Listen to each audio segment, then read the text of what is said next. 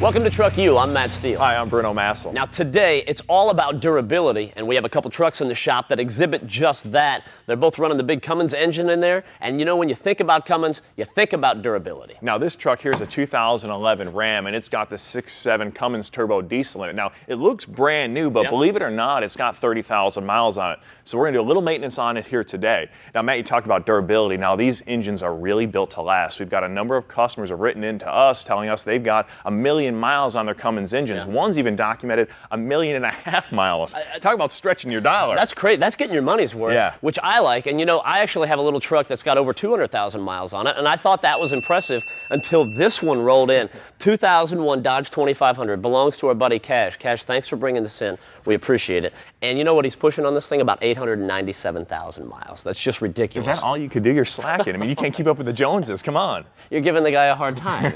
You know, but a lot of questions come to mind when you think about a truck with 900,000 miles. Like, how do they get on there, right? Yeah. So what do you do to put 900,000 miles on a truck in 9 years? For me, I use it for work, and I tow boats cross country. Now, if it breaks down on you, you're going to be out of money. So you've got to pick something that's pretty reliable. At 900,000 miles, is it still reliable? It's extremely reliable, and I believe that's pulling as hard as it did at 200 and 300. Now, I noticed you had a bunch of gauges in it. So what are you monitoring? Is that some kind of a preventative type of thing you're trying to do? It's a preventative thing, because I believe that before most things break, they either run out of fluid or they rise in temperature. Yeah, that's a pretty good indicator right there. Now, I heard there's a little nickname for this truck. I have some friends that call it the roach, because they said that nothing can kill it. If the nuclear bomb can't kill a roach, then nothing's killing this truck. You know what's interesting? This is a great example of that, and a great example of if you keep your stuff up, it'll last a long, long time. You know, the guys at Cummins actually bought an engine back from a guy that had 280,000 miles on it, and they brought it back, they gave it to the guys in the white coats, they took it to the lab, and they ran all the tests, the same tests that they run on the new engine, and it passed every test. So that's a good example. What you've got here is a phenomenal example, and we want to do some maintenance for you, give you a break. You know what I mean? You're driving all that time, you need to sit back and relax, all right? So we're going to work on this. I like it. I'm down.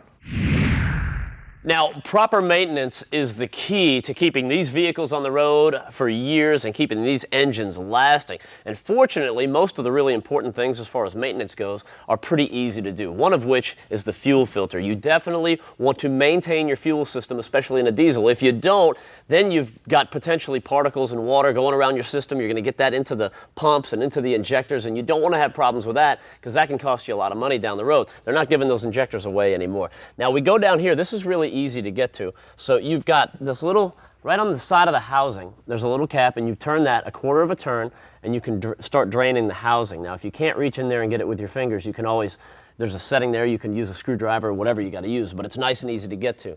Then we can go down here and get to the cap and get that out of the way, and once we get that loose, the rest of the housing will drain, and we can pull this filter out.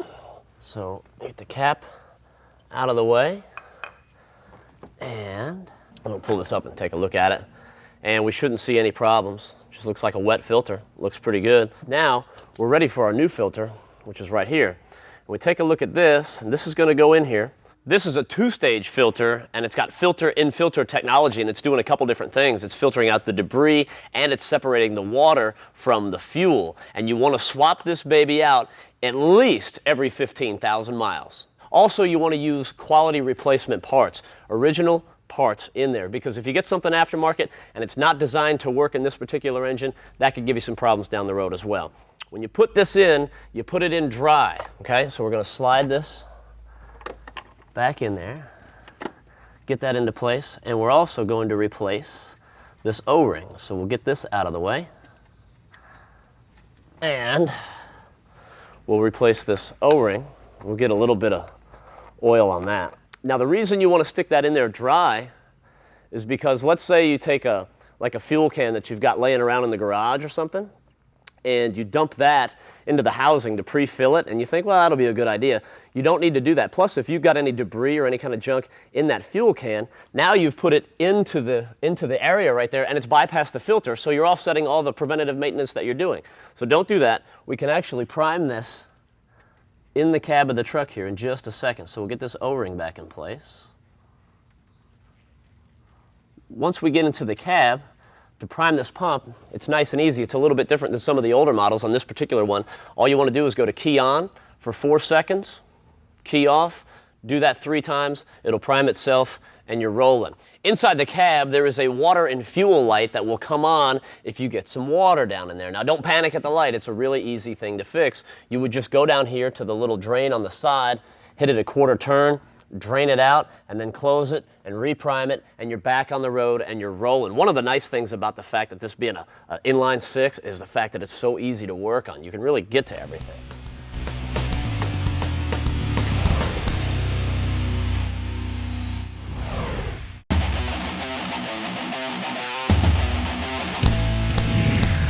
Hey, welcome back to Truck U. Since Matt changed the fuel filter, we're up underneath the hood. We'll change out a couple other filters. Now, Ram and Cummins make it easy because they give you a little indicator on the dash telling you when to change the air filter. You don't have to worry about keeping track of miles and intervals and all that stuff. You see the indicator, you change it out.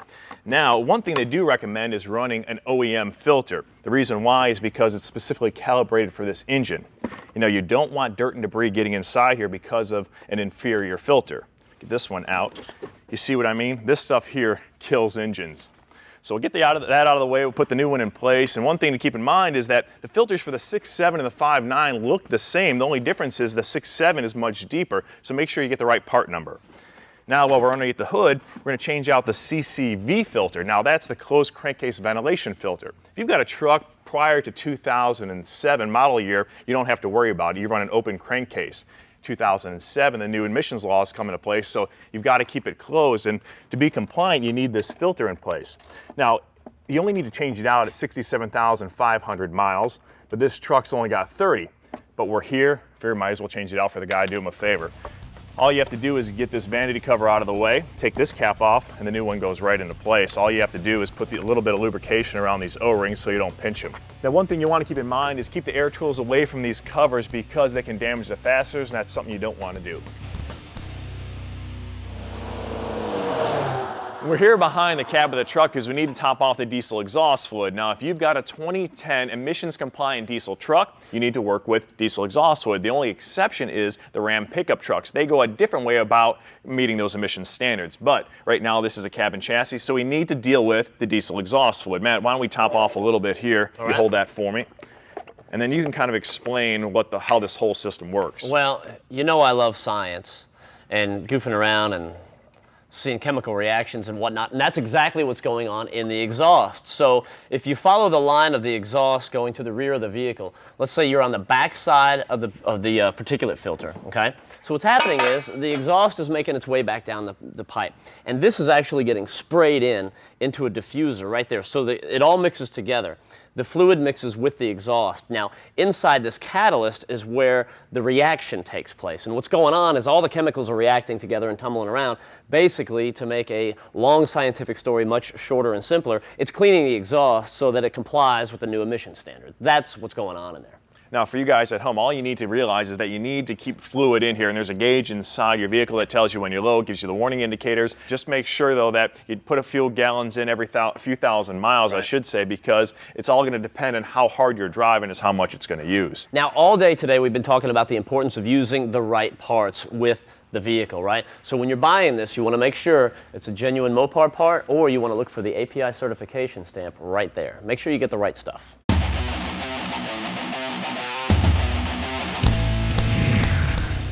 Welcome back. Now today we've been talking about the durability of the Cummins engine and the fact that as long as you keep it properly maintained, it's going to keep you on the road for many years and many miles. Now fortunately for us, most of the maintenance is pretty simple to do.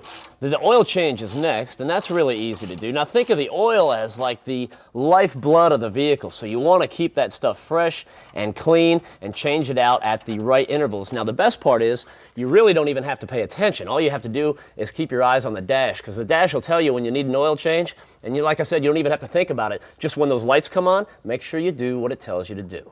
Now another cool thing about this particular vehicle is the fact that it's got the integrated exhaust brake. Now, this brake is really cool, and Bruno, on a side note, I'll tell you this, you know this better than anybody. I love cutaways. These are awesome. And this is a really cool one because this is a really cool turbo. It's called a variable geometry turbo, and I'm going to make it very simple because this is pretty complicated, and I'll try and tell you how it works. Now, what we're talking about is the sliding nozzle is kind of what makes all the magic happen here. So this is moving back and forth across the exhaust blade, and we're talking about the variable geometry. It's the geometry of the exhaust blade itself in the turbo. So what you're doing is you're changing the geometry there, and you're essentially changing the size of the turbo. Now you may ask yourself, well, why would I want to change the size of the turbo? We want the biggest, baddest one you can have, right, to make all the power. But not all the time. You want it to seem smaller so it'll spool up faster, it'll accelerate quicker, get rid of all that turbo lag, and when that does that, it opens up again, and boom, now you've got the big turbo. You can make all that big pulling power, which makes this even more cool is the integrated exhaust brake, and that all comes into play here with this sliding nozzle. When you push the button in the cab, what it'll do is you lift off the throttle, this will close up like that, and that will give you a bunch of back pressure by closing off the exhaust blade itself, and that's going to slow your truck down. That's how the exhaust brake operates. Now, you know what this does, really? It saves your pads and your rotors and everything else that's in the whole line of the whole braking system, right, especially if you're pulling a trailer. I mean, think about it. Now, you can turn this thing off or on, right? So some people will say, well, can I just leave it on all the time? Absolutely, you can. You don't need to, but you could. It's not going to hurt anything. Really, where this all comes into play and where you want to use it is either if you're pulling a trailer, right, or you're on a hill, or you're pulling a trailer on a hill. In all seriousness, though, this is great because it comes standard on all Cummins-powered pickups and cabin chassis, so it can save you a bunch of money to add one in the aftermarket, so it costs you up to thousands of dollars. Now, you were talking about Pikes Peak, right? Right. So you had some of the Ram guys and some of the Cummins guys. They took a couple trucks all the way up to the top of Pikes Peaks. Trucks weighing in about 9,600 pounds, right? And so if you've ever driven down Pikes Peak, you know it's a bit of a crazy drive and it can get a little bit steep. And there's a ranger station there that you've got to stop in there and they check the temperature on your brakes. And if they're too hot, they make you pull off to the side and let them cool off. That's to keep the brakes from failing and to keep you from, careening down the side of the mountain. That's a good thing that they do. Now, what these guys did, they drove all the way down in those trucks, didn't even touch the brakes. So when they got to the ranger station, they're like, go ahead, check them, And the guys checked them. They were like 86 degrees or whatever the ambient temperature was. Didn't even touch the brakes, went all the way down. Now that is very, very impressive. That is really impressive. And the nice thing about it, too, is this is not an engine brake like you'd have on a big rig. Right. This is an exhaust brake. And now those engine brakes in those big rigs, you see the signs where population grows out to the expressway, sure, and it says no engine brakes allowed because it makes that noise it's you love. 3 in the morning and you hear that. Different story here. You're not going to have that sound with this. And we'll fill this baby. Oh, there we go. We mentioned earlier that this is a 2011 Ram chassis cab, and as the name implies, when you buy this, you get a chassis and a cab. There's nothing on the back of the truck, which is actually a good thing, because you're buying a truck like this because you want it to work for you. So with nothing on the bed of the truck, you can custom fit that and put whatever you want to on there and make your ultimate work truck. Yeah, it is an ultimate work truck because it's designed specifically for what you want. You can tailor the wheelbase to your application. You can make it an automatic or a manual or 2- or 4-wheel drive. You can change the cab configurations. And whether it's going to be a rollback truck for you or a tow vehicle, maybe a 5th-wheel trailer or a box truck or just about anything else in between, it'll fit exactly what you want it for and it'll be custom made for your specific needs. Yeah, and this is the little one. It's got 2 bigger brothers in the 4500 and the 5500 as well, too. So a lot of work can be done, and I think it's a beautiful truck. It's very, very cool to look at. And the most important thing is they're all powered by that durable Cummins diesel. And really, man, what says durability more than a truck with almost 900,000 miles on it, right? And that one's coming back in the shop here in a couple of minutes.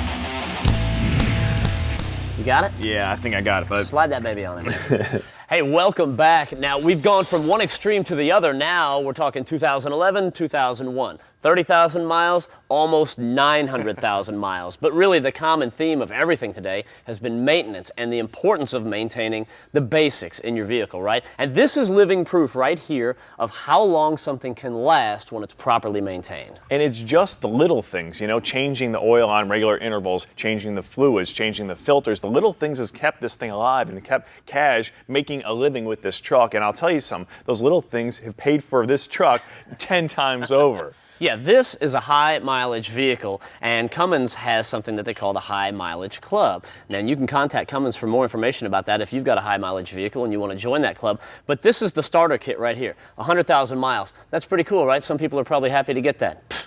punky, kid stuff. This guy rolls with the big ones right here. Look at this, 900,000 miles and counting, man. He's getting close to that 1,000,000 miles. Here's the problem. Honestly, he's 3,000 miles shy, right? So do we give that to him yet, or I mean, how do we handle this? I say we give him the benefit of the doubt, because the next time we see him, the thing might have 902,000 miles on it, because you never know where he's going to go. So we might not catch him until afterwards. So I say we give him a little love up front. We could just hop in this thing and put 3,000 miles on it real quick.